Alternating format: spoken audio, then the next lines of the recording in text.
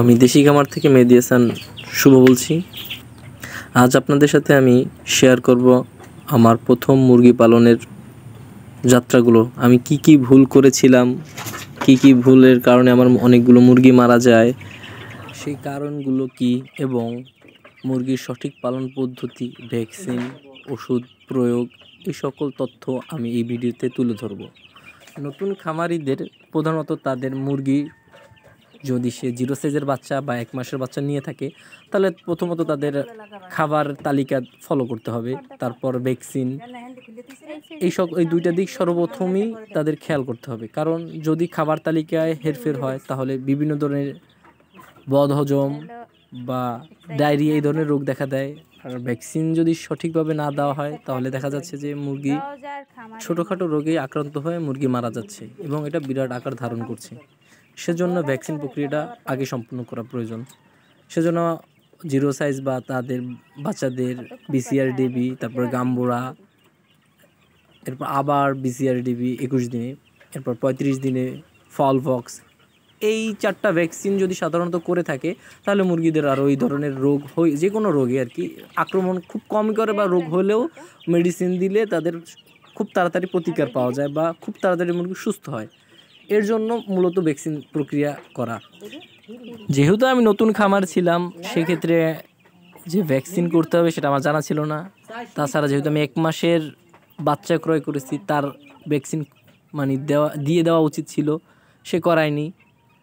যার কারণে আমার ফাউল পক্স নামক যে রোগটা আর কি, সেটা মুরগির আস্তে আস্তে হয়, ধীরে ধীরে এমন এক পর্যায়ে আমার 100 মুরগির সকল মুরগির এই ফাউল পক্স হয়ে যায় এবং আমি এর থেকে মুরগি বাঁচাতেই পারতেছিলাম না। দৈনিক 2টা-5টা করে মরতে আমার অর্ধেক মুরগি 100 থেকে 50টা মুরগি টিকে।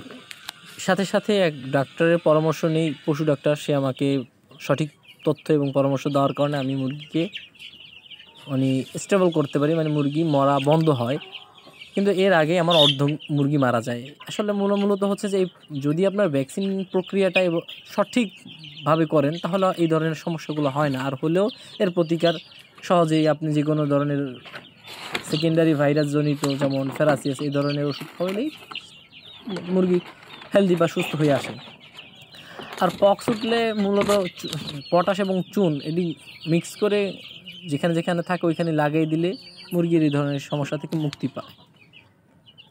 আর তার সাথে যেমন জ্বর থাকলে বা ডায়রিয়া জনিত সমস্যা থাকলে আপনি নাপা বা স্যালাইন চালায় যেতে পারেন, সুস্থ হয়ে যাব অল্পতেই।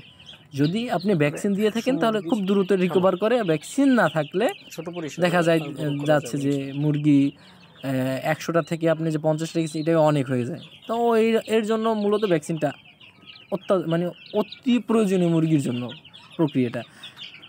আর ধীরে ধীরে আপনার পালন করতে গেলে মুরগির টুকটাক রোগ থাকেই, সেটা আপনি নিজেই বুঝতে পারবেন। আসলে অনেক সময় দেখা যায় মুরগির সর্দি লাগে, সেটা বা জ্বর হয়, এর জন্য নাপা বা আপনি অন্য যে কোনো নাপার সাথে অ্যান্টিবায়োটিক যেমন মাইক্রোনিক থাকে, এই ধরনের ওষুধ খেলে ঠিক হয়ে যায়।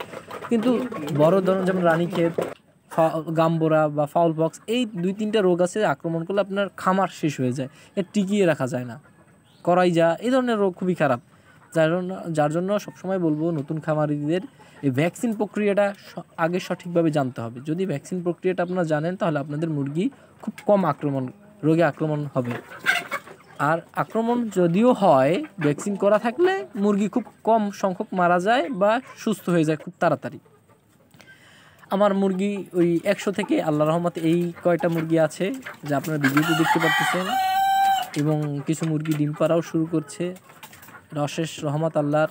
আর ধীরে ধীরে আমি এখন মুরগি সম্পর্কে আর অনেক কিছুই তথ্য আপনাদের দেব, আর অনেক কিছু শিখতে পারতেছি যে কীভাবে মুরগির পরিচর্যা করা আরও নিখুঁতভাবে করা যায়, কোন খাবারে মুরগি দ্বিগুণ ডিম পাওয়া যাবে, বা মুরগি আপনার পার্সেন্টেজ ভালো দেবে, ডিমে স্বাস্থ্য ভালো থাকবে।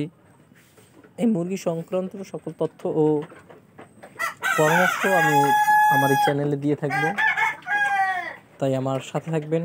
আল্লাহ হাফেজ।